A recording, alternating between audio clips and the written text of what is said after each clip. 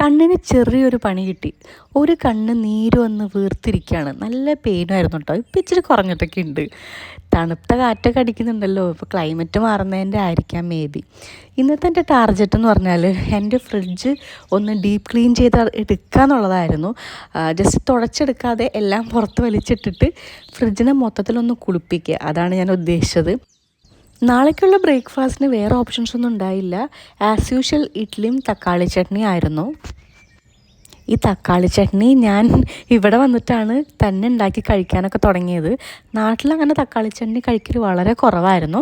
പക്ഷേ ഇവിടെ വന്നപ്പോൾ അതൊക്കെ ഇഷ്ടമായി തുടങ്ങി. ഇപ്പം എൻ്റെ ഏറ്റവും ഇഷ്ടപ്പെട്ട ബ്രേക്ക്ഫാസ്റ്റ് എന്ന് പറഞ്ഞാൽ ദോശയും തക്കാളി ചട്നിയാണ്.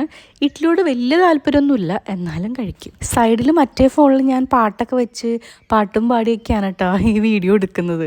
ഞാനിങ്ങനെ എൻജോയ് ചെയ്താണ് കുക്ക് ചെയ്യുക, അല്ലെങ്കിൽ ശരിയാവില്ല. ഞാൻ ചിന്തിച്ച് വേറെ ലെവലിലെത്തും.